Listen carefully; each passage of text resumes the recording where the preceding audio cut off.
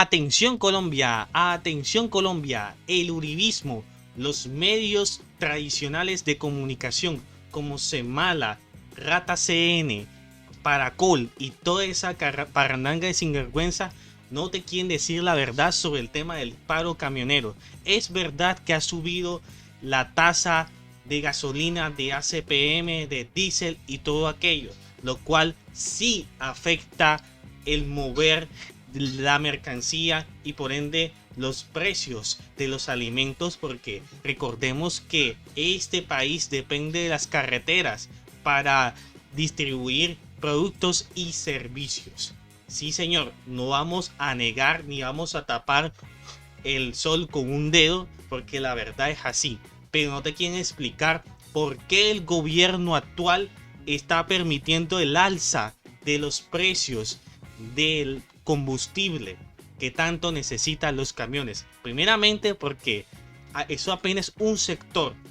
Mínimo son los dueños de los establecimientos que prácticamente, presuntamente, en mi concepto, mi opinión personal, anda, mejor dicho, echándose los frescos en el medio del cuerpo, mientras que los que realmente conducen esos camiones, los que les toca darle duro, los que les toca jornadas largas de trabajo, horas, incluso días para llevar eso, están allí.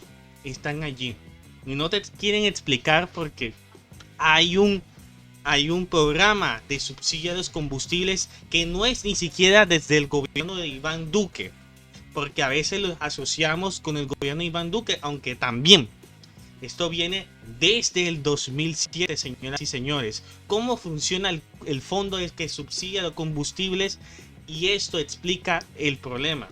Desde el 2007 en Colombia el gobierno subsidia el precio de los combustibles por medio del Fondo de Estabilización de Precios de los Combustibles, siglas FEPC, que fue en el gobierno segundo de Álvaro Uribe Vélez, uribismo, que se creó para contrarrestar la volatilidad de los precios internacionales del petróleo. Recordemos que en ese entonces estuvo previo a la crisis del 2008. El esquema es así: el gobierno fija periódicamente un precio interno de la gasolina y el ACPM que pagan los distribuidores mayoristas a Ecopetrol al sacar el combustible de sus refinerías. Pero Ecopetrol vende basado en el precio internacional de esos combustibles en el mundo. Es decir, cuando sube, el precio del petróleo sube. Y cuando pasa algo y baja, obviamente bajan los precios según la coyuntura internacional, según la coyuntura bursátil, etc. Hay varios factores. Por eso el fondo era que cuando el precio internacional del crudo fuera menor al precio interno, esa plata de más que pagarían los distribuidores se convirtiera en ahorro para el FEP. Y cuando el precio internacional fuera mayor, el faltante se compensaría con el ahorro del fondo. Es decir, buscaba la manera de equilibrar la cuestión para no golpear tanto todo aquello. El problema que ha sido es que, como en los últimos años el precio internacional del crudo ha estado muy por encima del precio interno, ha sido la plata que ha tenido que poner el FEP que la que le ha entrado.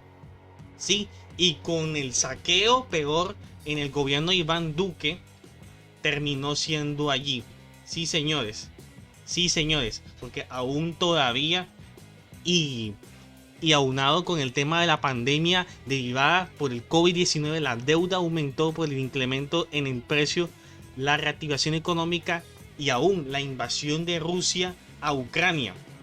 Para contrarrestar este aumento, pues lo que propuso allí, dejó un déficit, ¿sí?, que fue causado de 36,7 billones, pero Duque pagó la deuda que tenía liquidada hasta el final de su mandato, lo que dice, pero aún así no es que quedó allí, o sea, esos 36,7 billones de pesos los dejó antes de que asumiera el gobierno de Álvaro Uribe, de Gustavo Petro como nuevo presidente de Colombia, que lo que hizo fue pagó 4 billones de pesos al final de diciembre y 26,3 billones del 2023. ¿Cuál ha sido la cuestión? Y es, como dije anteriormente, el FED no prevé que en esta coyuntura el precio internacional del petróleo está por encima de lo que estaba estipulado y el FED tuvo que generarlo. Entonces allá se genera un hueco. Eso es como cuando tú te endeudas y entonces, como no lo puedes pagar, te toca hacer sacar una deuda para pagar la otra deuda y así sucesivamente, y eso generar un hueco fiscal en este caso. Sí, señor. Petro ha ido poco a poco cerrando el hueco, pero todavía hay déficit. Por esa razón, señoras y señores, los precios del ACPM, de otros tipos de combustibles derivados del petróleo, ha aumentado. Y esto no lo quiere decir, quiere simplemente echarle la culpa de Petro, pero no es que sea culpa de Petro, simplemente es que el sistema del FED, que el Fondo de Estabilización del Precio de Combustibles, no prevé esa situación. La pandemia del COVID-19, la situación de reactivación económica y la invasión rusa a Ucrania, porque recordemos que Rusia es un productor de crudo, de petróleo, ha disparado todo aquello. Y las guerras en Yemen, las guerras en Siria, contribuye a que el precio del petróleo aumente. Sí, señores, lo que está tratando de buscar actualmente es aumentar el precio de ACPM, y desde finales del año pasado ha trabajado en mesas técnicas con los transportadores para decidir cómo sería la subida del combustible que más usa el transporte de carga del país. Porque ahora no solo los transportadores se ven afectados, también la industria aeronáutica también queda afectada. ¿Sí? Ahorita, este 18 de junio, los ministros de Hacienda y Minas firmaron un decreto para aumentar el precio del ACPM a los grandes consumidores como empresas petroleras, mineras y cementeras, pero allí no incluía a estaciones de servicio ni distribuidores minoristas, donde la medida comenzará a principios de agosto. Pues entonces, como ahí aumentando, porque lo que estima el gobierno es que el déficit se cerraría en 2027 para estabilizar los precios. Esto no te lo cuentan los medios tradicionales y está pasando, desinformando a la gente. Ahora, yo no estoy diciendo de que estoy ni a favor ni en contra del aumento. ¿Sí? Quiero que vean a continuación esta imagen en donde explica que Colombia está en el antepenúltimo puesto de los países de América Latina que más cara tiene la gasolina. Eso lo enmarca, lo pone en primer lugar a México, luego de Uruguay, luego a la Argentina, Costa Rica, etcétera, etcétera.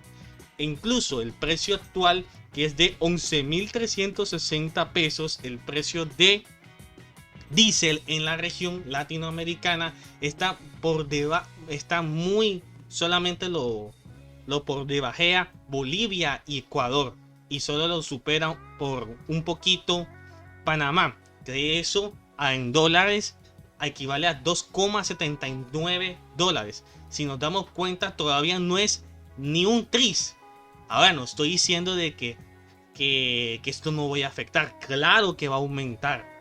Pero si nos damos cuenta, esto está por debajo del promedio latinoamericano. Mire, México lleva casi de México a Argentina, Costa Rica, casi supera los 20.000 pesos el galón de diésel. Y esto no te lo quiere contar los medios tradicionales. Ahora, lo que sí están desconociendo los que andan haciendo el paro camionero, que por cierto ahora sí tienen ganas de hacer paros. Quiero que escuchen esto, lo que está pidiendo uno de los transportadores rasos, que ahí sí no lo tienen en cuenta porque eso no es viral para los medios de RCN, Caracol, Semana, etc. Escuchemos.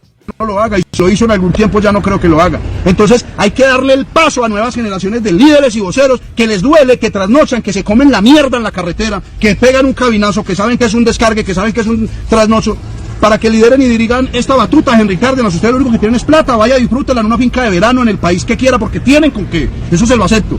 Pero no vengan a chingar al transporte de carga, a jodernos la vida y a impedir que el gremio se desarrolle de una manera más efectiva. Hay que pelear y en un paro camionero se los dejo claro. Pensión digna, salud digna, Henry Cárdenas, Alfonso Medrano, eso sí hay que pelearlo para los camioneros, decirle al gobierno, al Ministerio de Salud, démosle una EPS que le dé seguridad en carretera y a todos los camioneros protección de salud. Yo me enfermé en Bucaramanga, mi EPS era de Cali, baila. ¿Ven? Eso sí es importante, porque eso sí no lo hablan.